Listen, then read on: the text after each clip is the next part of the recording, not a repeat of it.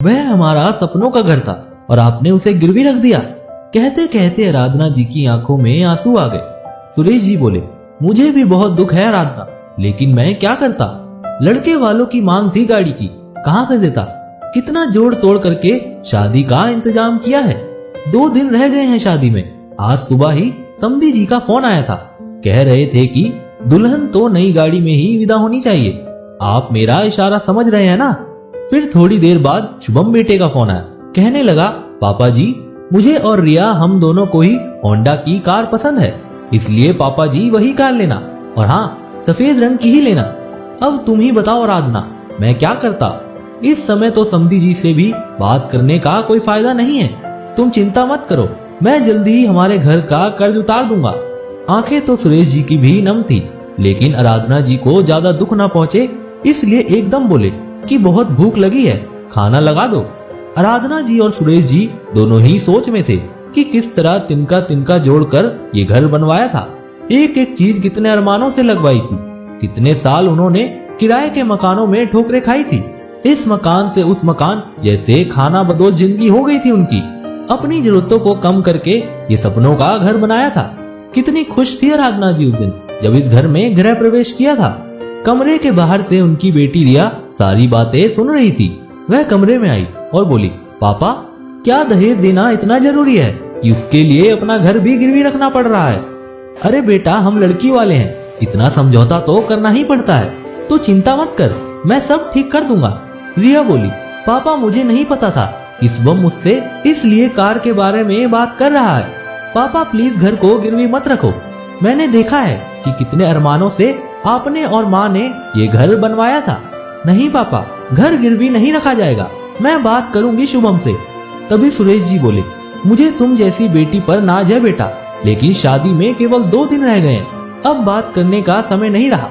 सुरेश जी ये कह ही रहे थे कि तब तक रिया ने शुभम को फोन मिला दिया।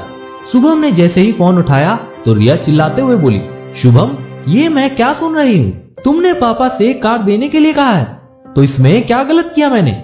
सबको जरूरत होती है कार की, हमें भी होगी। कहीं घूमने जाएंगे तो तुम्हें लेकर रिक्शे में थोड़ी ना घूमूंगा। कहकर शुभम हंसने लगा। तभी रिया बोली, तो फिर मुझे घर भी अलग चाहिए, मैं तुम्हारे संयुक्त परिवार के साथ नहीं रह सकती। मुझे इस घर में अकेले रहने की आदत है। ये क्या बकवास कर रही हो तुम, क्या यही संस्कार दिए हैं तुम्हारे पिता ने। यह सुन रिया बोली, तुम्हारी मांगों में संस्कार तो कहीं लिखे ही नहीं है शुभम।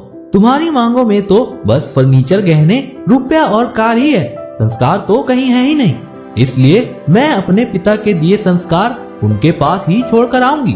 यह सुनकर शुभम चुप हो गया। शुभम मेरे पापा कार देने के लिए अपने सपनों का घर गिरवी रख रहे हैं, जो मैं कभी नहीं होने दूंगी।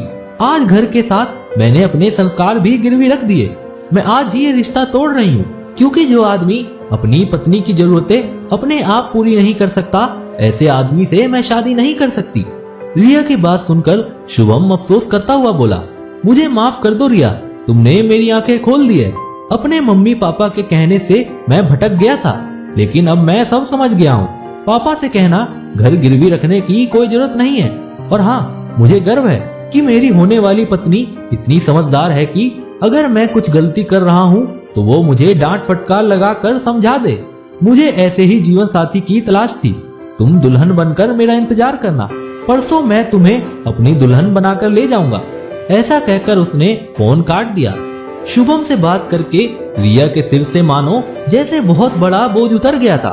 वह अपने पापा से बोली, पापा अभी जाकर घर के कागज वापस लाइए, और ये कागज माँ की अमानत है, इन्हें माँ से कभी मत लेना।